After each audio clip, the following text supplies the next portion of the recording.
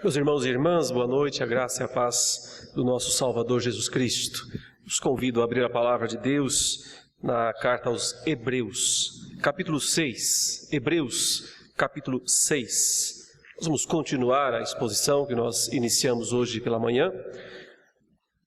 Nós falamos um pouco do capítulo 5 e até o início do capítulo 6. E aqueles que não puderam estar de manhã poderão depois assistir, se quiserem, a pregação através do nosso site ou do canal do YouTube. Os irmãos já têm hábito de acessar. Então, peço mesmo àqueles que puderem depois assistam, até para que fique mais fundamentada esta parte agora da exposição, em que eu vou falar mais especificamente do versículo 4 aí até o final do capítulo. Mas vamos ler desde o verso 1. Diz assim, capítulo 6, Hebreus, verso 1. Por isso, pondo de parte os princípios elementares da doutrina de Cristo, deixemo-nos levar para o que é perfeito, não lançando de novo a base do arrependimento de obras mortas e da fé em Deus, o ensino de batismos e da imposição de mãos, da ressurreição dos mortos e do juízo eterno. Isso faremos, se Deus permitir.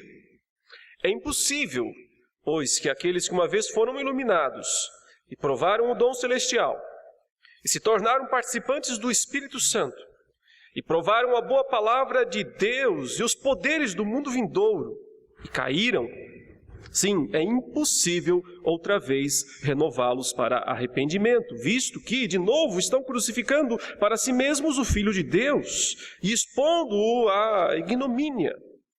Porque a terra que absorve a chuva que frequentemente cai sobre ela e produz erva útil para aqueles por quem é também cultivada, recebe bênção da parte de Deus, mas se produz espinhos e abrolhos, é rejeitada e perto está da maldição, e o seu fim é ser queimada.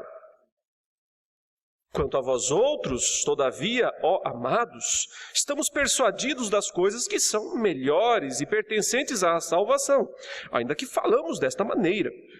Porque Deus não é injusto para ficar esquecido do vosso trabalho, do amor que evidenciastes para com o seu nome, pois servistes e ainda servis aos santos. Desejamos, porém, continue cada um de vós mostrando até o fim a mesma diligência para a plena certeza da esperança, para que não vos torneis indolentes, mas imitadores daqueles que pela fé e pela longanimidade herdam as promessas. Pois, quando Deus fez a promessa a Abraão, visto que não tinha ninguém superior por quem jurar, jurou por si mesmo, dizendo: certamente te abençoarei e te multiplicarei. E assim, depois de esperar com paciência, obteve Abraão a promessa. Pois os homens juram pelo que lhes é superior, e o juramento servindo de garantia para eles é o fim de toda contenda. Por isso Deus, quando quis mostrar mais firmemente aos herdeiros da promessa a imutabilidade do seu propósito, se interpôs com o juramento, para que mediante duas coisas imutáveis, nas quais é impossível que Deus minta, forte alento tenhamos nós que já corremos para o refúgio, a fim de lançar mão da esperança proposta, a qual temos por âncora da alma, segura e firme, que penetra além do véu, onde Jesus, como precursor, entrou por nós, tendo se tornado sumo sacerdote para sempre, segundo a ordem de Melquisedeque. Tem, meus irmãos, a leitura da palavra do Senhor. Eu tenho concentrado essa exposição ao redor do tema aqui que está no versículo 11, quando ele diz que nós devemos, cada um de nós, mostrar até o fim a mesma diligência para essa frase aqui, a plena certeza da esperança. A plena certeza da esperança reflete uma segurança total da nossa salvação. Quando não há mais dúvida, quando não há mais inquietação, quando a nossa alma, mesmo aqui nesse mundo, no meio de toda a turbulência, no meio de todo o mal que nos cerca, mas quando a nossa alma repousa, tranquila, sossegada em Cristo, sabendo que nada, ninguém pode nos afastar de Cristo, do seu amor e da sua fidelidade. E isto é aquilo que nós estamos traduzindo aqui, o que o autor aos Hebreus, na verdade, está falando, que é o alvo, a meta da vida cristã. E que cristão nenhum deveria se contentar com menos disso. Cristão nenhum poderia se contentar em apenas viver o dia a dia, reagindo às situações emergenciais da vida, fazendo malabarismos com os elementos que surgem, como se isso fosse a razão, o motivo, o fim da vida cristã, da fé cristã. Por quê? Porque nós fomos feitos em Cristo Jesus para um caminho de boas obras que nos conduz à plena certeza, à plena segurança. Aquilo que os nossos irmãos do passado, como eu disse pela manhã, os puritanos diziam que era a bênção máxima que alguém podia experimentar aqui nesta vida. Um céu na terra. Não um céu, eu disse, por ausência de conflitos ou de problemas, porque isso nunca vai acontecer. Neste mundo, nesta era, neste lado da vida, nós vamos enfrentar lutas, tribulações, privações, provações. Cristo falou isso, não tem como fugir. Essa é a realidade do dia a dia, é a realidade do mundo decaído. Mas nós podemos experimentar a realidade do céu aqui neste mundo pela ausência de dúvidas, pela ausência de temores, pela completa certeza, pela completa segurança em Cristo Jesus. Então marcharemos firmes e convictos, não importando o que nós tenhamos que enfrentar nesta vida, porque sempre lembraremos dos pontos fundamentais que esse texto nos ensina. Como chegar lá? A plena certeza. E eu falei pela manhã de 2 desses elementos. O primeiro está aqui no finalzinho do capítulo 5, quando o autor diz que mesmo Cristo, sendo quem é, o Filho, o completo, aquele que é maior e melhor do que todas as formas de revelação do Antigo Testamento, e também todo o conjunto redentivo do Antigo Testamento, é inferior a Cristo, até porque aponta para Cristo, até porque encontra em Cristo o seu cumprimento. Então, a pessoa de Cristo está em destaque na carta inteira aos Hebreus, mostrando sua sublimidade, sua grandeza, sua superioridade a tudo e a todos. Mas mesmo sendo ele quem é, o autor diz aqui, não significou isso que ele pudesse viver de forma desleixada.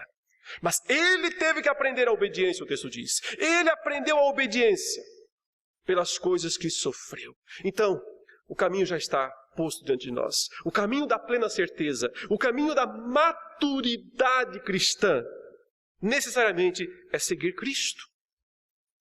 Isso envolve aprender a obedecer no sofrimento. Aprender a obedecer quando as coisas não vão bem, quando o mundo não vai bem, quando a nossa volta tudo está se desmoronando. Mesmo assim, nós temos que aprender a obedecer. Porque foi o que Cristo fez. Ele teve que fazer isso. Portanto, a vida cristã não é brincadeira, mas é seriedade, dedicação e compromisso com Cristo Jesus. Porque o nosso alvo é chegar à idade adulta, à maturidade. Então ele criticou os seus leitores dizendo assim, o problema de vocês é que vocês só aguentam o básico. Nós temos que o tempo todo ficar relembrando para vocês as doutrinas básicas. Por quê? Porque vocês têm dúvidas ainda sobre isso. Já deviam ter superado isso há muito tempo. E como que se supera? Como é que se passa o passo além? Pela fé. O grande tema aos Hebreus é, como é que os antigos obtiveram vitória? Pela fé. Pela fé.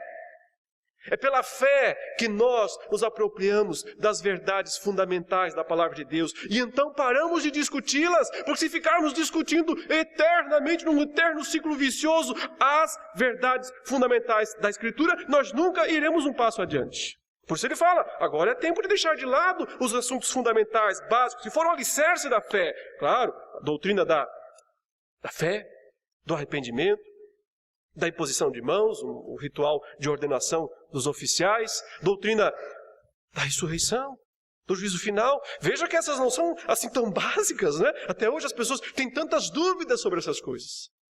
Mas eu disse pela manhã, A questão não é que o apóstolo aqui, eu creio que ele é um dos apóstolos, quem escreveu, talvez o próprio Paulo, talvez Barnabé, entre os apóstolos, alguém aí do círculo apostólico que certamente escreveu essa epístola, era alguém que percebia a necessidade de conhecer o básico, porém, em algum momento, ir além. Básico fica como estrutura fundamental, mas não se pode passar a vida inteira discutindo o básico. Então ele diz, mas eu tenho que dar leite para vocês ainda. Eu estou aqui para dar carne, comida sólida. Vocês não aguentam. Vão passar mal, vai ter indigestão. Por quê? Porque só aguentam comer, tomar, beber o leitinho da fé. E ele está chamando essas doutrinas que para nós soam até avançadas de leitinho da fé. Pelo sentido de que elas já deviam ser plenamente aceitas por nós. Pela fé. Porque nós nunca conseguiremos provar essas doutrinas apenas intelectualmente. E por dois motivos. Primeiro, porque o nosso intelecto não dá conta. Não dá conta. E segundo, porque elas ultrapassam o entendimento. Falar de ressurreição, falar do juízo final, são aspectos elevadíssimos. E que, no entanto, ele diz, mas isso já é suficiente, não tem mais que ficar discutindo essas coisas. Então, a insegurança do crente frequentemente se expressa no ato dele ficar questionando os fundamentos. Isso é pura e simplesmente insegurança. Por isso que ele tem que voltar sempre aos fundamentos e atacar os fundamentos. Porque, no fundo, ainda não alcançou a plena certeza. Quando se tem a plena certeza, que é o alvo da maturidade cristã, então esses assuntos já são estabelecidos. Não é que não possam ser discutidos, não é que não possam ser pregados, mas eles são pontos estabelecidos, eles são fundamentos, eles são base. Não se tira a base. Não se questiona a base. Porque se questionar a base, não sobra nada. As doutrinas fundamentais da pessoa de Cristo, ele diz aqui, as doutrinas fundamentais da palavra de Cristo estão estabelecidas. Agora precisa construir sobre. E o que é construir sobre? É justamente amadurecer. Porque nós fomos feitos para sermos crentes maduros, adultos e produtivos. Mas quando agimos como bebês mal criados, quando agimos como bebês mimados, é isso que ele está dizendo. É quando nós só precisamos e só podemos suportar o leitinho, o básico. E isso mostra, ele diz aqui, a nossa o quê? Inabilidade com a palavra da justiça. Nossa incapacidade de lidar com a palavra, com a Escritura. Portanto, duas dicas ficaram claras aqui. Quer amadurecer? Quer chegar ao alvo da vida cristã, que é justamente a maturidade ou a plena certeza, a plena segurança da sua salvação? O exemplo de Cristo está aí para ser seguido, ou seja, tem que trabalhar, tem que aprender a obedecer. Cristo foi um homem de oração, um homem de esforço, de luta, certamente alguém que acordava cedo e dormia tarde, que não perdia tempo com coisas inúteis. O tempo é cruel. Isso é claro, é uma expressão, o tempo é só o tempo. Mas ele é cruel porque, na verdade, ele passa. E nós paramos frequentemente. Aí encontramos pessoas na nossa frente, na nossa vida, que lá atrás eram inferiores a nós, no sentido de, sei lá, estilo de vida, conhecimento, etc. E agora estão lá na frente e ficam pensando, como assim? E às vezes o contrário também, porque você encontra alguém que no passado era muito mais avançado intelectualmente, até profissionalmente, e agora você está lá na frente. E a pessoa se assusta e diz, mas por quê? Porque nós não temos as oportunidades? Não. O problema é, nós gastamos tempo demais com coisas inúteis. Nós perdemos tempo demais com coisas inúteis. Nós ficamos arrodeando frequentemente assuntos que já deviam ficar para trás para podermos avançar. O que ele diz aqui é isso. Vamos agora, meus irmãos, fazer esse esforço de pôr um pouquinho de lado os princípios elementares da doutrina de Cristo, para nós podermos seguir para o que é perfeito, para o que é maior, para o que nos espera, que é o próprio Cristo, não é nada fora de Cristo. E então ele diz, isso faremos se Deus permitir. Então, a segunda dica é justamente reconhecer o nosso atrofiamento espiritual, se ele é verdade, se ele é realidade. Reconhecer que nós já devíamos ser adultos espiritualmente falando, mas ainda somos crianças e talvez até bebês espiritualmente falando. Então tem que reconhecer isso. E começar a comer alguma coisa mais sólida. E começar a ir além, não se contentar em ser um eterno bebê, uma eterna criança em Cristo. Mas na vida espiritual, na vida cristã, graças a Deus, nunca é tarde para recomeçar. Por isso que pessoas começam a caminhada cristã com 60 anos, com 70 anos, com 80 anos e ainda vão longe. Na vida cristã. Mas só se muda quando se reconhece que se está aquém do que se espera, do que Deus quer, do que é possível.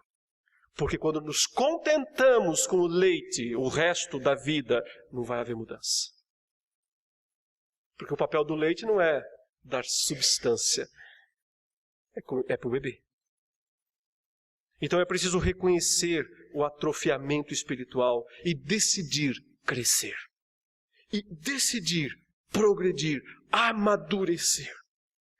É preciso uma decisão nesse sentido. Chega.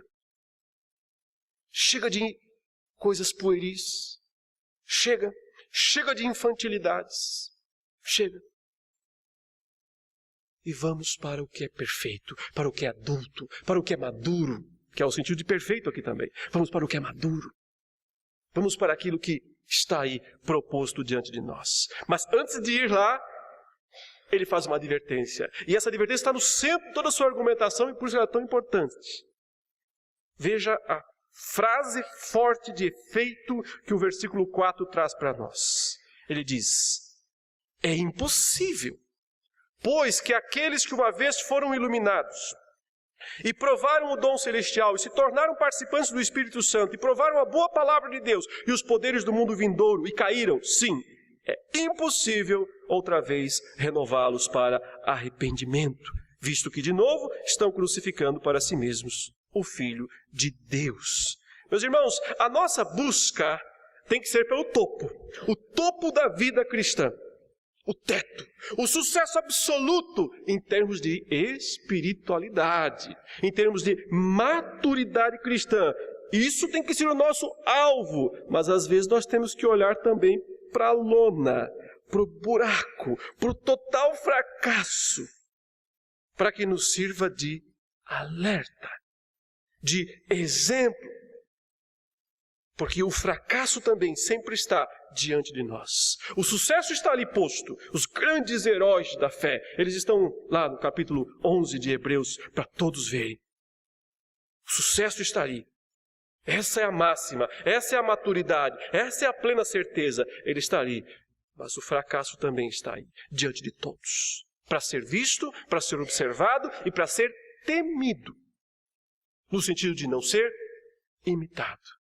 E aqui, meus irmãos, o autor aos Hebreus não está descrevendo algum caso possível de perda de salvação, como às vezes aqueles que leem esse texto, tirando-o do contexto, chegam a esse entendimento de alguém que foi salvo, perdeu a salvação. Porque se ele estivesse mesmo falando de um caso assim, de uma pessoa que foi salva e perdeu a salvação, então essa pessoa nunca mais poderia ser salva outra vez. Nunca, porque está falando, é impossível aqueles que caíram. Então se uma pessoa algum dia crente, de qualquer denominação, porque o pessoal acredita assim, que hoje você está salvo, amanhã você está perdido, porque você pecou, aí depois da manhã você se arrepende, está salvo de novo, aí semana que você peca e perde a salvação outra vez, aí depois, a gente brinca, né, que a flor, né, dos arminianos é a margarida, né, Porque do calvinismo, né, é a tulipa, por causa dos 5 pontos. Do arminiano é a margarida, porque bem me quer, mal me quer, bem me quer, mal me quer.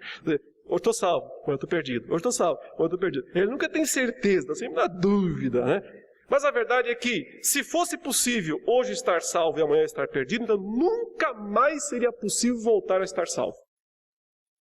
Porque ele diz, se negou a Cristo, acabou. Se caiu, acabou. Aqueles que provaram, aqueles que conheceram e caíram, acabou. Então, se é possível que alguém perca a salvação, é impossível que esse alguém volte a ser salvo alguma vez. Ponto final. Fim de história. Fim de papo. Caiu, acabou. O ponto não é esse. Ele não está falando de possibilidade de perder a salvação. A questão aqui é, ele tem um grupo em mente. Um grupo que serve de exemplo negativo, porque ele tem um grupo positivo.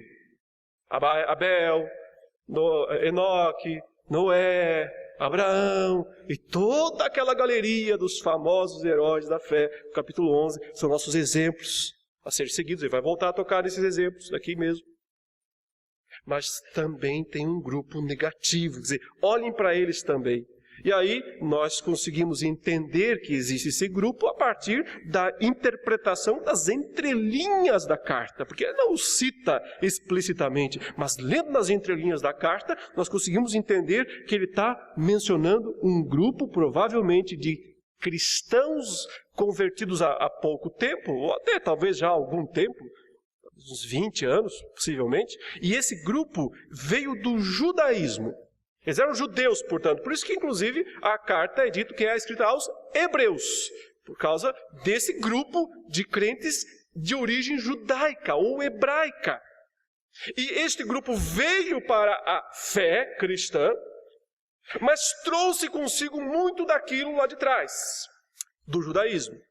E todos sabem, isso foi uma disputa no começo, no primeiro século, quer dizer, o que se devia manter do judaísmo e o que se devia deixar. Isso não foi uma coisa simples de resolver. Demorou até que a igreja conseguisse entender o que tinha que abandonar e o que não precisava. Mas o problema aqui desses era mais grave do que isso, porque a questão não era simplesmente dizer o que será que nós temos que manter como cristãos do que nós tínhamos no judaísmo e o que será que nós temos que abrir mão, por exemplo, circuncisão não precisa mais, restrições alimentares não precisa mais, mas será que outras coisas precisam? Não era esse o ponto. O ponto é que num momento específico esse grupo disse assim, fizemos um mau negócio. Nós fizemos um mau negócio, porque nós abandonamos uma religião glamourosa, uma religião cheia de símbolos, uma religião instrumental, cheia de coisas palpáveis que estão lá, que você pode pegar, pode tocar. Nós abandonamos uma fé construída historicamente e aqui nesse mundo com um templo, com cortina, com sacerdote, com bacia, com lavatório, com candelabro, com arca, com todos os aspectos ali que podem ser vistos, que podem ser tocados, altamente simbólicos, altamente ritualísticos, por uma fé que não tem nada. Nada. Não tem o que pegar, não tem o que tocar, não tem o que sentir, a não ser um pedacinho de pão lá, uma vez de vez em quando, na ceia. Só. No resto, não tem nada para encostar, para tocar, para sentir, para cheirar, não tem nada, a não ser o perfume dos irmãos, né? Mas não é tão emocionante. Enquanto que no judaísmo, eles pensavam, nós tínhamos coisas tão grandes. Nossa religião era tão monumental. E o cristianismo é só fé, fé, fé, fé. Tem que crer em Jesus. Cadê Jesus? Ninguém vê. Tem que crer. Onde está Jesus? Cadê a imagem dele? Não tem, não pode. Como é que pode? Por isso que muitas vezes as pessoas que vêm das tradições pentecostais e neopentecostais para a fé reformada também se assustam um pouquinho. Por quê? Porque lá também é cheio de coisa. É sal, é não sei o que lá, é a rosa, é o copo d'água, é não sei o que. É tudo uma religião, né, que você pode tocar, que você pode experimentar, provar. Porque é baseado no Antigo Testamento, não é Novo Testamento. É o mesmo caso do autor aos Hebreus, que ele está criticando isso. Olha, vocês acharam que fizeram um mau negócio, porque trocaram o judaísmo pela fé cristã. Vocês estão enganados, Porque a pessoa de Cristo é superior a tudo mais do Antigo Testamento. Aí ele começa a mostrar um por um todos os elementos. Ah, vocês acham os anjos importantes? Eles não são nada, Cristo é maior do que eles. Ah, vocês acham que ter um sumo sacerdote é importante? Não é nada, Cristo é muito maior, porque ele é da ordem de Melquisedeque. Vocês acham que ter um ritual lá do sacrifício é importante? Mas Cristo fez o maior do sacrifício uma vez por todas, acabou aquilo. Ele vai contrapondo ponto por ponto, do que eles podiam pensar que era valioso, que era importante na religião judaica, para mostrar que Cristo é tudo em si mesmo. Aquilo tudo era sombra. Sombra. Agora a luz apareceu. Agora o corpo está aqui de Cristo. Portanto a sombra não tem mais valor. Mas nesse ponto, ele pegou pesado, o autor aos Hebreus. Porque ele diz, se uma pessoa que tem sérias e profundas experiências com Deus, mas note que em momento nenhum ele vai dizer se converteu ou nasceu de novo, que são os termos técnicos do Novo Testamento, regenerar. Ele não menciona nenhuma das palavras técnicas para conversão, mas ele menciona várias expressões que apontam para experiências que alguém pode ter sem ter sido um verdadeiro crente, que alguém pode experimentar sem ter sido um verdadeiro salvo. Só pensar em tantos casos, né? Judas que experimentou tanto, ouviu tanto. Quem esteve mais perto do Salvador e mais longe da salvação do que Judas? Simultaneamente, tão perto do Salvador, tão longe da salvação. Tendo visto, ouvido, sentido tudo que era possível do que Cristo fez, sem nunca ter deixado de ser o filho da perdição. Então é possível alguém ter muitas experiências com Deus sem ter nascido de novo. E vejam quais são essas experiências que ele cita aqui. Ele diz, são 5. 5 experiências que essas pessoas podem ter sem serem crentes, mas então, quando rejeitam essas coisas, se tornam indesculpáveis. Primeiro, eles foram iluminados. É um termo simples que diz, foram expostos à luz. A luz se aproximou deles. A luz brilhou sobre eles. E então eles foram iluminados. Não quer dizer que alguma coisa aconteceu dentro deles. Foram expostos à luz. Qualquer pessoa que se aproxima de uma lâmpada, ela é exposta à luz. Não necessariamente que ela tem que ter aquela luz dentro dela, mas ela está exposta, ela está na presença de.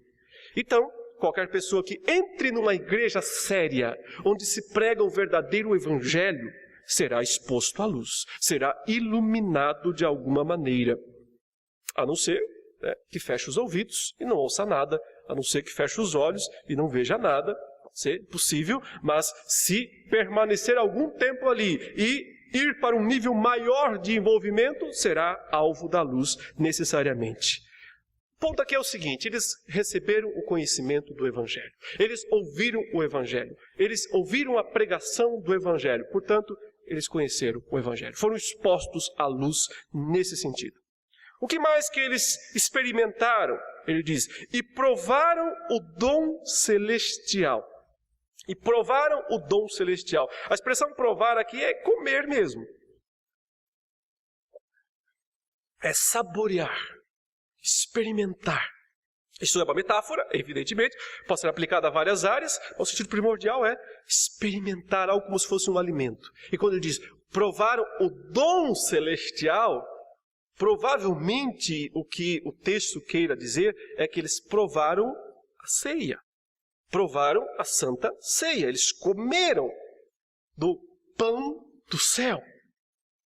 Como o maná era o pão do céu, o dom celestial ao povo de Israel, a santa ceia é para nós a figura do grande pão da vida, que é Cristo, e é para nós também o pão de Deus, o pão do céu. Provavelmente esses cristãos, judeus, estavam voltando ao judaísmo por acharem o cristianismo muito vago, muito superficial ou talvez muito abstrato, esses tinham participado da ceia. Ou seja, para alguém participar da ceia, você tem que dar algumas amostras de conversão dentro da comunidade.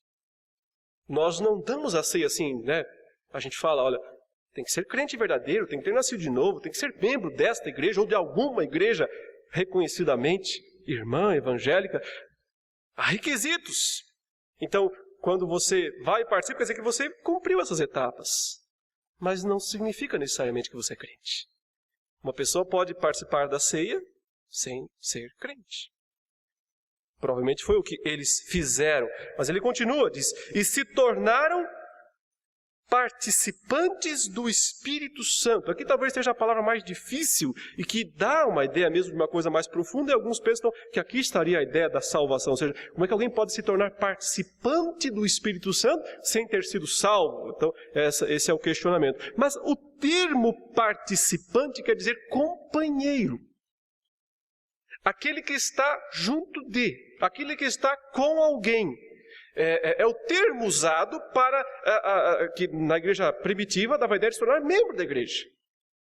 Então, se tornar participante do corpo, participante do Espírito Santo, que é aquele que liga, aquele que une o corpo. Se tornaram membros da igreja. Esse é o sentido. Membros da igreja local. Cumpriram todas as etapas, foram batizados, professaram a sua fé, provaram a palavra de Deus, a Santa Ceia, fizeram todo o ritual evangélico. Essa é a ideia. Mas até aqui ele não falou, nasceram de novo, foram regenerados, porque de fato não foram. Quem foi regenerado não cai de maneira que nunca mais se levante. Mas alguém pode ter muitas experiências com Deus, sem, contudo, ter de fato nascido de novo. O próximo tópico ele diz, e provaram a boa palavra de Deus. Assim, só um detalhe antes, quando eu falei que o termo se tornar participante, a ideia de companheiro, é o termo que ele usa lá no capítulo 1, verso 9, para companheirismo entre pessoas. 2 companheiros de trabalho, certo? O mesmo termo na língua grega, na língua original. Então não é uma participação mística no Espírito Santo. Se tornaram membros do corpo local de Cristo, da igreja visível. Basicamente foi isso que eles fizeram. Provaram a boa palavra de Deus, mais uma vez o termo comer, experimentar, provar. Você sentando num banco de uma igreja num domingo e ouvindo a exposição, se ela for a exposição da palavra de Deus, você vai prová-la. Pode ser que seja bom, pode ser que não seja tão bom, né? Mas você vai necessariamente experimentar. Talvez o gosto, você que diga. Você que vai dizer se o gosto é bom ou é ruim. Às vezes o gosto tem que ser ruim mesmo. Circunstância da nossa vida, nós precisamos de exortações. Provar a palavra de Deus, não tem nenhum segredo aqui, não indica absolutamente nada de conversão. E finalmente diz, e os poderes do mundo vindouro. Os poderes do mundo vindouro provavelmente sejam uma referência aos milagres, aos grandes eventos do cristianismo na sua fundação, quando Jesus e os apóstolos realizaram os milagres mais extraordinários, era uma maneira de mostrar que Deus estava trazendo sua revelação definitiva para o mundo. Judas foi um cara desses, né? Provavelmente ele não só viu milagres, mas possivelmente até fez milagres. Ele estava entre os 70 que foram às cidades e voltaram dizendo assim, até os demônios se submetem no teu nome.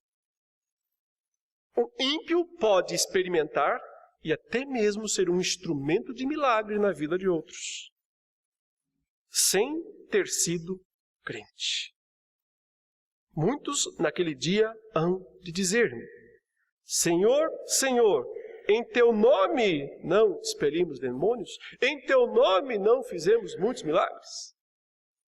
E eu lhes direi o quê? Não sei quem são vocês. Não os conheço. Mas fizeram milagres. Expulsaram demônios. E Cristo diz, mas eu não sei quem são vocês. Vocês não são do meu time. Vocês não são do meu grupo.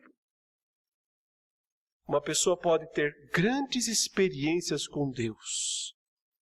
E elas são verdadeiras, elas não são falsas. Porque o dom celestial está lá. Porque o corpo de Cristo está lá. Porque a luz está lá. Alguém pode provar essas coisas todas. Mas aí está o ponto. Num dado momento, essa pessoa rejeita, cai, definitivamente.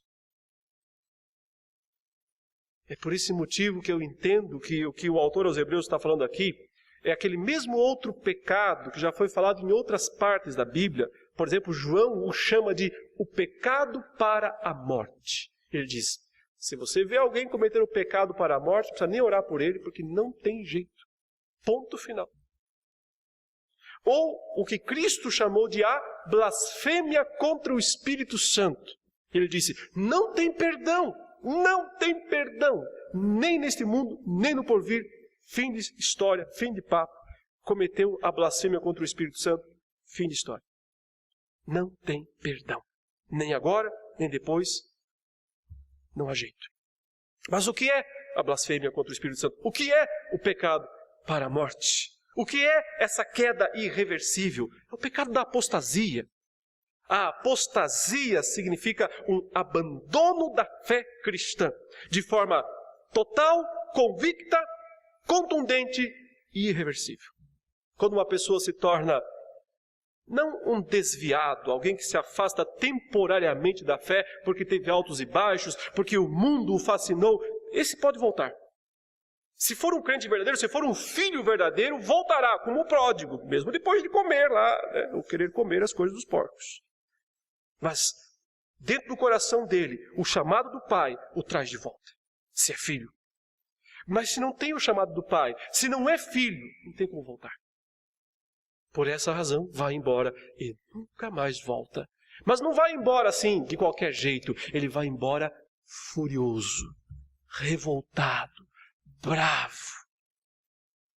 Ele vai embora blasfemando. No caso dos homens e mulheres, desse grupo aqui que o autor aos Hebreus está em mente aqui, eles estavam dizendo, Jesus é muito pouco. Nós temos que voltar àquelas coisas grandes do judaísmo, aqueles símbolos majestosos. Viver dessa maneira o cristianismo, isso não dá. E essa era a blasfêmia.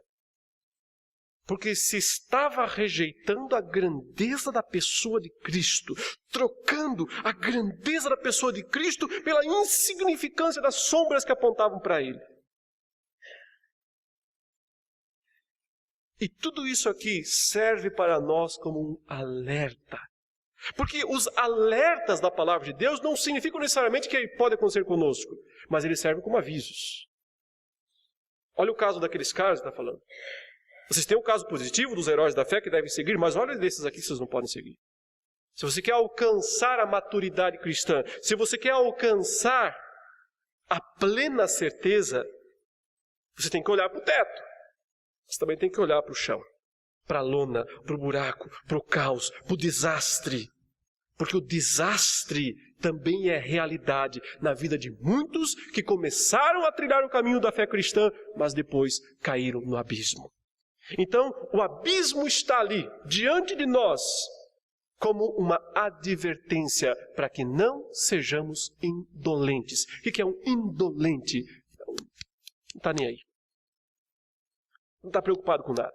Que acha que de qualquer jeito vai dar tudo certo. Que vai ser salvo de qualquer maneira, porque Deus escolheu, porque isso por aquilo, então tudo certo. Que pensa que pode viver de qualquer maneira. O abismo está ali, diante de todos nós, com uma grande placa na frente dizendo assim, cuidado, cuidado. Um passo depois daqui não tem mais volta. Cuidado.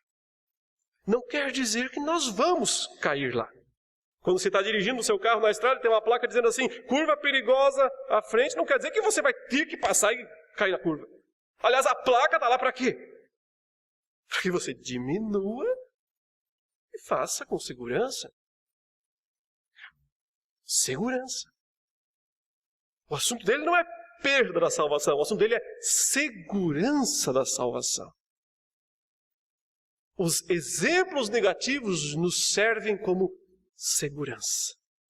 Reforçam a nossa segurança. De maneira que, se precisar, a gente diminui um pouco, sim. Para poder seguir de maneira consciente, cuidadosa. Que ele não está falando de perda de salvação fica evidente porque na sequência ele menciona algo que nos lembra as palavras de Cristo. Quando ele diz, olha, esse pessoal que caiu no versículo 6, é impossível outra vez renová-los para arrependimento. Por quê? Porque estariam crucificando para si mesmo o Filho de Deus, expondo a ignomínia de novo. Ou seja, eles já receberam o conhecimento do Cristo crucificado. Agora eles pisaram esse Cristo. Agora você acha que tem jeito de voltar novamente? Não tem. Blasfemou contra a obra do Espírito Santo, contra a revelação a qual foi exposta, provou a palavra de Deus, experimentou tudo e blasfemou. Não é que você não quer mais a Deus se isso acontecer, é que Deus não quer mais você. Ele tem o direito de não querer. Ou ele é obrigado a aceitar as pessoas. Ele que diz, não quero mais, ponto. Colocou o pé além desta linha, acabou. Passou do limite. Blasfemou contra o Espírito. Só blasfema contra o Espírito uma pessoa que conheceu muito de Deus. Quem não conheceu nada não blasfemou ainda não. É só um ímpio. Só. Mas para ser um blasfemo tem que conhecer antes. Não blasfema contra o Espírito Santo quem nasceu de novo. Por que não? Porque ele continua falando isso no versículo 7, quando ele diz, porque a terra que absorve a chuva que frequentemente cai sobre ela e produz erva útil, para aqueles por quem é também cultivada, recebe bênção da parte de Deus. Mas se produz espinhos e abrolhos, é rejeitada e perto está da maldição. Ou seja, o que é que ele está usando aqui? Que exemplo ele está usando aqui? O mesmo de Cristo, lá de Mateus, capítulo 7, versículo 20. A árvore boa produz fruto bom. A árvore má produz fruto mau. Pelos seus frutos os conhecereis. É só isso que eu estou falando. Esses caras nunca foram árvore boa. Eles sempre foram árvore má, terreno mau. Mas receberam chuva. O que foi a chuva? A luz da palavra, a Santa Ceia, a membresia do corpo de Cristo, a pregação da palavra, os milagres. Receberam chuva, muita chuva, muita chuva. Não produziram nada. E quando não produziram nada, provaram que nunca foram de fato boa árvore. Por isso, ele não está mencionando perda de salvação, mas apenas dizendo que essas pessoas lá nunca foram de fato salvas. E olha então o verso 9. Mas quanto a vós outros, ou seja, com vocês que são os crentes verdadeiros, todavia, ó amados, estamos persuadidos das coisas que são melhores e pertencentes à salvação. Ele não mencionou salvação lá atrás para os que caíram, mas para a igreja ele está dizendo, vocês que permanecem na fé, vocês que não retrocederam para o judaísmo, vocês que estão aqui com os grandes heróis da fé como modelo, e os que caíram como algo a ser evitado, eu estou convencido, persuadido de que vocês têm as coisas melhores e que pertencem à salvação, ainda que falamos desta maneira.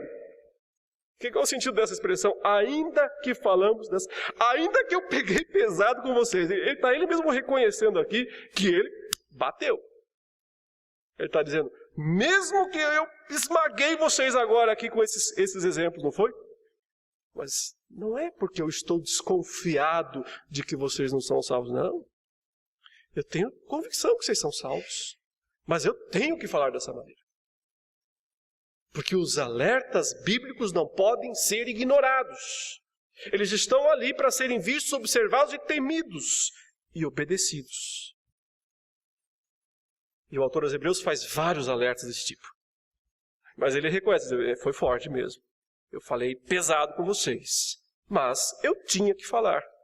Ainda que eu esteja convencido de que vocês estão com as coisas melhores relativas à salvação. Porque Deus não é injusto, ele diz, para ficar esquecido do vosso trabalho e do amor que evidenciastes para com o seu nome, pois servistes e ainda servis aos santos. Desejamos, porém, continue cada um de vós mostrando até o fim.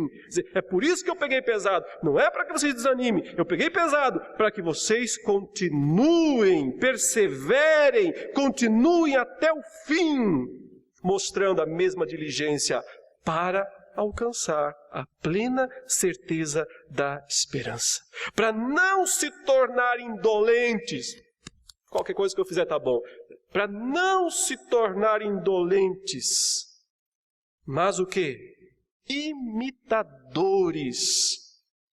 Do exemplo ruim? Do fosso? Do abismo? Não, esse é para olhar e dizer assim, não dá. Imitadores de quem então? Daqueles que pela longanimidade herdaram a promessa. Então, meus irmãos, duas dicas importantes aqui, que são a terceira e a quarta desse nosso esquema, são as seguintes: olhar para os exemplos negativos e levar a sério a advertência que eles são para nós. Olhar para quem foi para o buraco, olhar para quem caiu no abismo e levar a sério, porque é assim que a Bíblia nos manda agir. Aquele que está em pé, faça o quê? Fique à vontade. Aquele que está em pé, vê que não caia. Ou seja, se eu olho e vejo que eu estou em pé, não é para eu ficar orgulhoso, mas é para eu dizer, tenho que continuar em pé. Eu não posso cair, eu não devo cair. Os exemplos estão ali, eles têm que ser levados a sério. Olhando para os exemplos ruins, de quem fracassou, de quem naufragou na fé, e tem muitos exemplos na atualidade, para nós vermos também, de grandes gurus da fé evangélica, que caem, e não é uma queda, é uma implosão. Estão aí, como exemplos ruins, mas que são úteis para nós. Porque se estamos em pé, cuidado para não cair. Levar a sério as advertências da palavra de Deus na vida daqueles que naufragaram, daqueles que fracassaram. Mas, por outro lado, e aí é o lado positivo da história, ele diz, imitar esforçadamente o exemplo dos vencedores, o exemplo dos piedosos, o exemplo dos que alcançaram o teto, o topo da vida cristã. E o que é o teto? O que é o topo da vida cristã? É maturidade. É frutos, produção de frutos, porque o terreno ruim não produziu fruto bom. Por isso, tem que ser queimado. Maturidade cristã é fruto, é vida transformada, é vida consagrada. E aqui, especificamente, ele menciona algo. Ele diz, Deus não vai se esquecer do que vocês têm feito, porque Ele não é injusto. Ele sabe tudo que vocês passaram. Sofrimento, dor, morte. E mesmo assim, ele diz, vocês serviram e ainda servem os santos. Dois termos aqui, ele repete o termo diaconia, que é o termo serviço. Ele diz, vocês serviram, mesmo debaixo de sofrimento, perseguição, morte. Vocês serviram e ainda servem. Maturidade cristã se expressa no serviço. Na disposição de servir.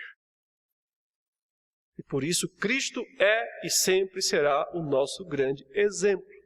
Ele entra na sala, pega a toalha, amarra a toalha, pega a bacia, enche de água e diz, Pedro, cadê aquele seu pé sujo?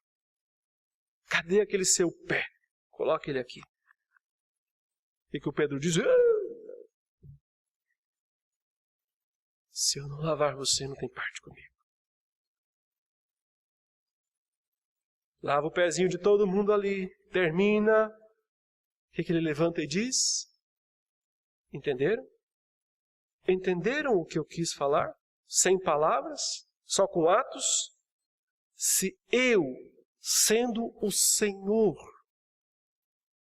fiz isso com vocês, o que é que vocês têm que fazer? Uns com os outros? Brigar? Reclamar? Exigir? Ou você tem que fazer isso para mim? Serviço, maturidade cristã se expressa no ato de servir. Servir quando não há vantagens. Servir quando não há agradecimentos. Servir quando não há holofotes. Quando não tem faixas. Agradecemos o fulano de tal por ter feito tal coisa. Servir. Só serve quem é seguro. Só quem tem segurança serve. Por isso a plena certeza da segurança se traduz em serviço. Por quê? Porque você não tem nada para me dar que eu precise. Nem seus aplausos, nem seu sorriso, nem seu dinheiro, nem coisa nenhuma que eu precise. Porque eu já recebi tudo do que eu preciso de quem pode me dar, que é Cristo. Eu tenho a certeza, a plena certeza da esperança. Quem é seguro, serve. O inseguro quer ser servido. Porque ele precisa de coisas, de elementos, de detalhes, de fatos, de formas para se sentir seguro. A plena certeza da segurança nos leva a servir. Então, meus irmãos, esse é o quarto degrau aqui. Nos esforçarmos por imitar o comportamento de servos dos grandes homens de Deus da história, começando por Cristo. E passando por todos os outros, de Gênesis a Apocalipse, que serviram aos santos por amor, não por recompensa. Que serviram aos santos, ainda servem, perdendo a própria vida. É só ler o capítulo 11 mais uma vez, um por um daqueles homens. Qual é a grande marca desses homens? São 3 marcas. Eu resumo as 3 marcas dos grandes heróis da fé no capítulo 11, como sendo o seguinte. Primeiro, ficaram firmes, crendo sem ver. É isso que ele fala. Mesmo sem ver, eles estão firmes, eles creem, eles vão adiante, segue avante, não volta para trás, não volta para o judaísmo, não volta para o passado, segue avante, crendo sem ver. Mesmo sem ver, eles seguem firmes. Em segundo lugar, enfrentam o sofrimento com esperança. Enfrentam o que tiver. Ele começa a dizer, uns morreram assim, uns foram cortados, outros foram cerrados, outros... Enfrentaram o sofrimento com esperança, olhando para a pátria, olhando para o futuro, olhando para o reino vindouro. Os olhos brilham dos homens da fé quando eles veem o mundo vindouro pela fé. E aqui, o termo, neste capítulo, que descreve o que eles faziam, serviam. Serviço, servir aos santos. A maturidade cristã se expressa em diaconia. O serviço é um ato de extrema humildade, que leva alguém como Cristo a lavar os pés dos seus apóstolos e a morrer pelos seus amigos. Em quinto lugar, meus irmãos, para a plena certeza, para alcançar a maturidade, ele vai nos mencionar aqui a partir do versículo 13, mais uma vez o exemplo de Abraão, que ele já usou muitas vezes, usa muitas vezes na carta inteira, mas ele vai nos dar um ponto aqui que é extraordinário. Ele diz o seguinte, pois quando Deus fez a promessa a Abraão, visto que não tinha ninguém superior por quem jurar, jurou por si mesmo, dizendo, certamente te abençoarei e te multiplicarei. E assim, depois de esperar com paciência, é o que cabe ao homem, esperar com paciência, obteve Abraão a promessa.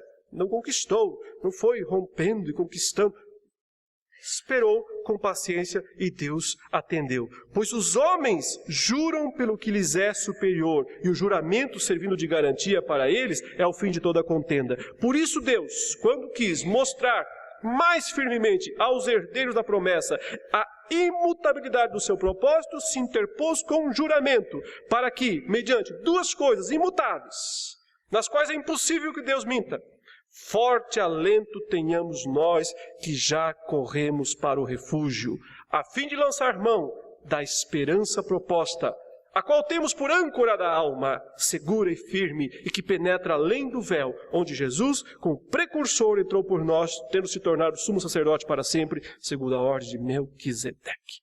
O ponto final aqui, para se alcançar a plena certeza e se chegar à maturidade cristã, que se traduz em frutos e em serviço verdadeiro por Deus, nós temos que nos apegar ao juramento divino. E o ponto aqui, ele quis usar esse termo, não é só uma promessa, é um juramento formal. Ele diz, Deus jurou. E por causa de duas coisas imutáveis, que é Ele e o seu juramento. Ele não pode voltar atrás. Ele jurou nos dar a vida eterna. Ele jurou formalmente nos dar a vida eterna se nós cremos em seu Filho Jesus.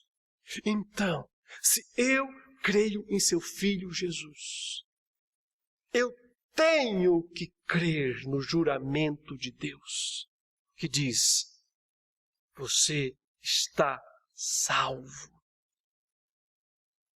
E isso, ele diz, esta palavra, esta promessa de Deus, ele usa aqui um dos termos mais extraordinários da Escritura. Ele fala, é a âncora. A âncora da alma.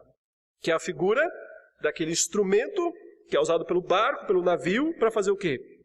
Para manter o navio estável mesmo no meio do temporal. Ou seja, lança a âncora ali, ele fica firme, mesmo que o mar esteja revolto em cima, ele não vai embora. Ele vai ficar ali. Só que esta âncora, ele diz, não é de um barco comum e nem foi lançada no fundo do mar. Ela está lançada lá atrás do véu. Ela foi jogada lá para dentro do Santo dos Santos, onde Cristo entrou. Ele é a nossa âncora. Ele foi até o Santo dos Santos. O véu rasgou. Então agora a minha alma está presa por uma corrente. Presa por uma corrente a uma âncora de ferro, que é o próprio Cristo. Além do véu, no Santo dos Santos, cravada lá. Quem pode estourar essa corrente? Quem pode eliminar essa certeza, eliminar essa segurança? Ninguém. A não ser que você não creia nela.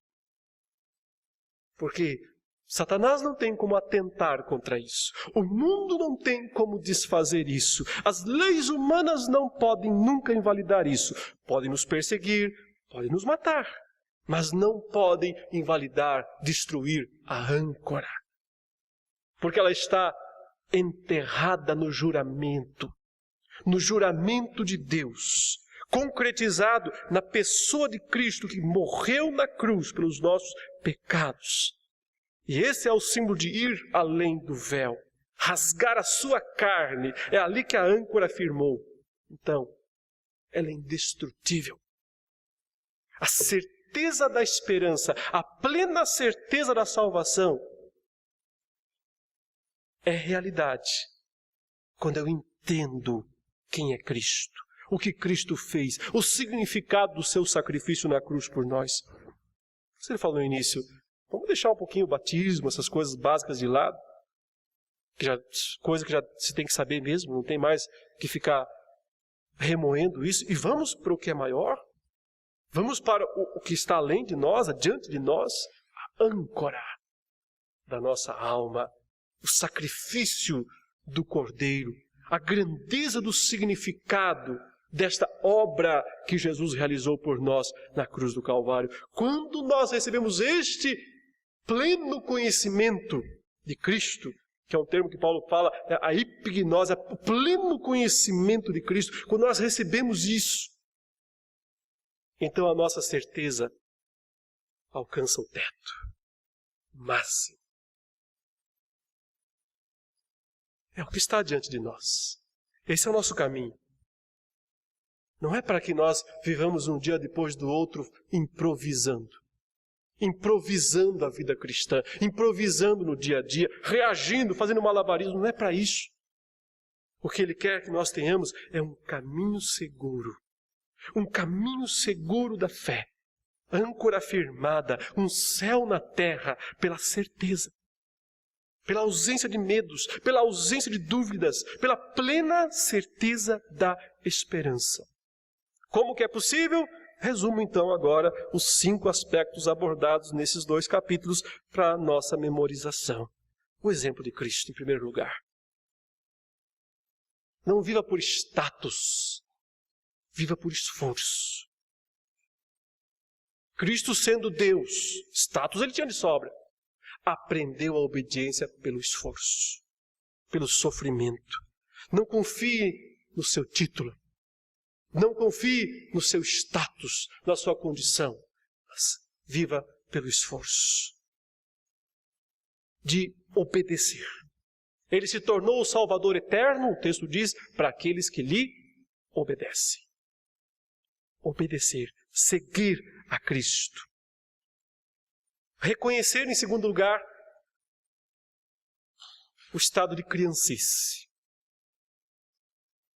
a infantilidade, com que muitas vezes nos portamos no mundo e com os outros, quando já devíamos ser maduros, ainda bebês, ainda crianças, atrofiados espiritualmente, corpo de adulto, mas não consegue agir como adulto. Anos na igreja, os mesmos pecados, os mesmos vícios, os mesmos erros, as mesmas lamentações, as mesmas coisas. Sempre leite, só leite. Vamos adiante. Reconhece que já devia ser adulto, mas não é. Então começa a ser. Já, desde agora. 2 exemplos diante de nós. Olho nos 2. O dos que caíram, o dos que venceram. Os que caíram estão aí, infelizmente. Alertas, claros, visíveis, fortes. Olhe para ele, tema. Olhe para o aviso, tema. Leve a sério. Não seja indolente. Não vá numa vez salvo, sempre salvo.